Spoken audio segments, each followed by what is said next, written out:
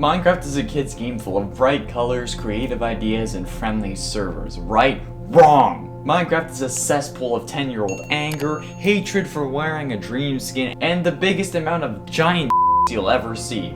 Kinda like a YouTube comment section. Greetings gamers and welcome back to Top 10 Gaming. I'm Connor Monroe and this is the top 10 scariest things you can do in Minecraft. Let's do it. Number 10, mining without torches. What was that song about? Oh yes, don't mine at night. Look, I know you're looking at that cave and you're feeling kind of brave, but you don't have any torches, okay? So this is a bad idea. Mining at night is usually fine, sometimes even better than the alternative, but mining without torches is always a bad idea. Not only are you unable to spawn proof areas around you, resulting in the potential for many unexpected creeper attacks, but also you'll most likely lose your way out and get lost in the caves forever, with only one option to escape: death. Well, that and digging back up, but if you don't have a pick, that you'll be punching the ground. You'll be punching stone for around 45 minutes, so trust me, bring torches, it's a must. Do it. And at 9, dark cave noises. Not only will you not be able to see without torches, but you'll also hear the absolutely terrifying cave ambient sounds more frequently. If you don't know, cave ambient sounds play whenever you're near a large and unlit section of cave.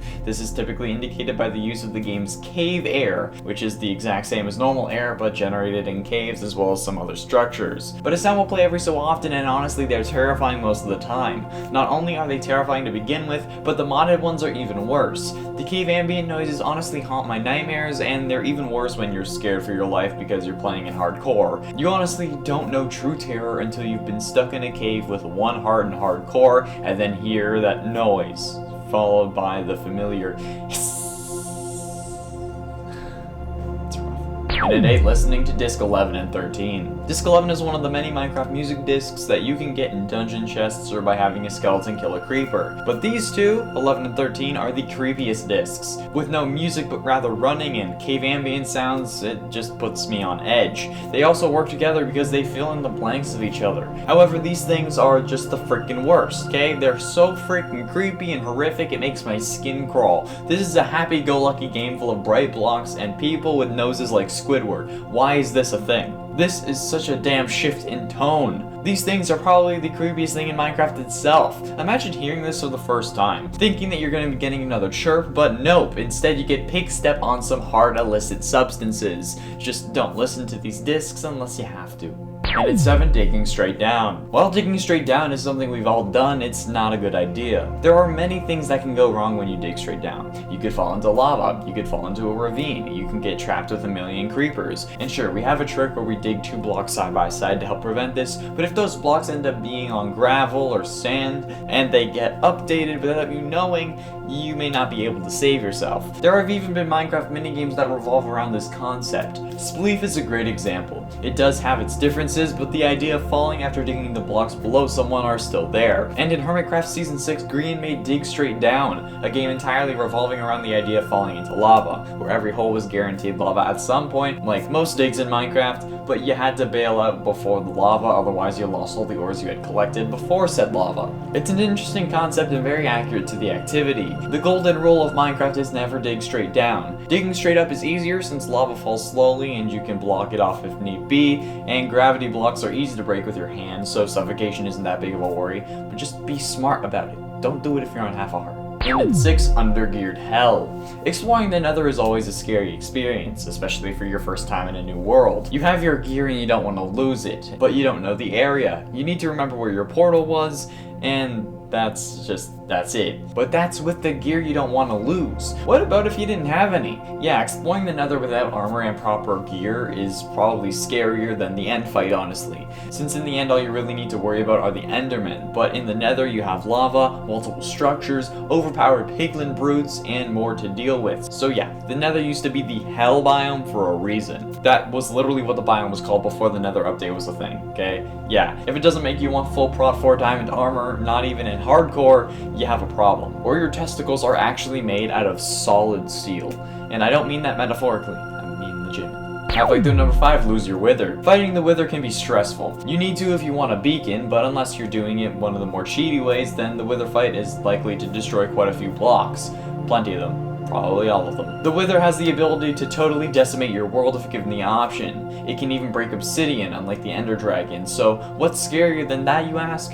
Losing one. If you summon the Wither and it flies off, you better catch it faster than your fridge, because if you don't, this dude will wipe out your population faster than Damien Dark getting the world's nuclear launch codes. You think you're safe because it's in unloaded chunks? Bro, somebody come get your mans, okay? It's still gonna be there. Even if it's in unloaded chunks, it won't despawn, and you can never go into that area again without totally getting demolished. Or maybe you're more prepared now, that's fine. But as soon as that chunk loads, even if you're not in it, your Wither will be back to its tricks of wiping out every single living creature it can. So have fun with that one. That's a fact, Jack. Withers be crazy. And at 4, Guardian Jump Scare. Have you ever been out on the ocean searching for land when all of a sudden an Elder Guardian gives you mining fatigue and you get scared to all loving hell? Same. In fact, it happens more than once per world for me. Usually I don't go looking for ocean monuments unless I'm looking for those resources, like Prismarine or even Sponge. However, if you're not looking for it or expecting it, a big Guardian face flying across your screen is never really fun. Especially since now you can't mine blocks for like 4 minutes,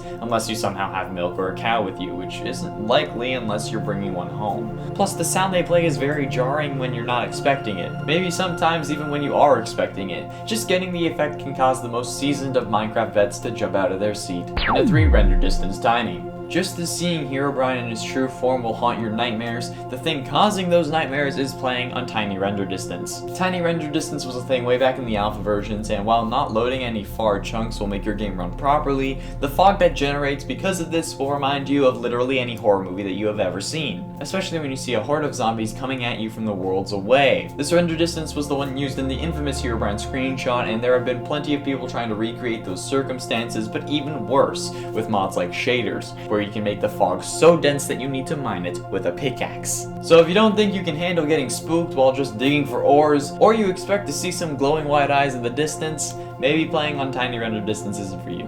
But I promise you, your computer will love you for it. I used to have to play on it when I had my crap top in high school, but it was still worth it. Only because I didn't see it as terrifying.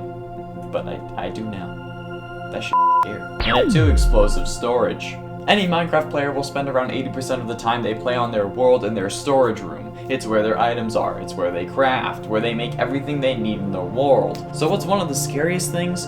Finding a creeper in your storage room. Having something explosive in your storage room is never really fun. It's definitely not something you want. Something like TNT is okay since you can remove it.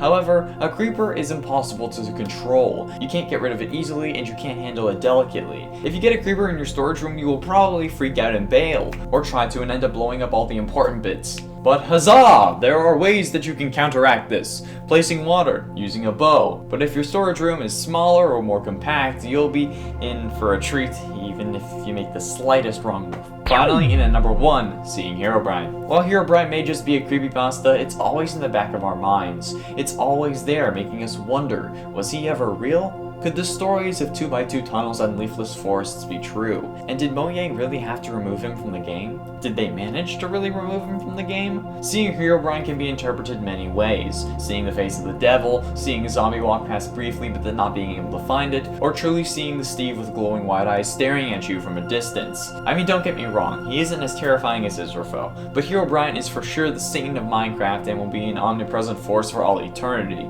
Even if he wasn't or isn't real, Herobrine will have a grip on Minecraftia for decades. As long as Minecraft lives on, so will Herobrine. And if you see him, truly, then you'll be in for the biggest scare of them all. Removed Herobrine, Mojang? I think that doth protest too much. There we have it, friends, the top 10 scariest things you can do in Minecraft. What are the scariest things that have happened to you in game? And have you seen Herobrine for yourself? Be sure you let me know down below. Thank you all so much for watching. I have been and shall remain Connor Monroe, and I'll see you in another video.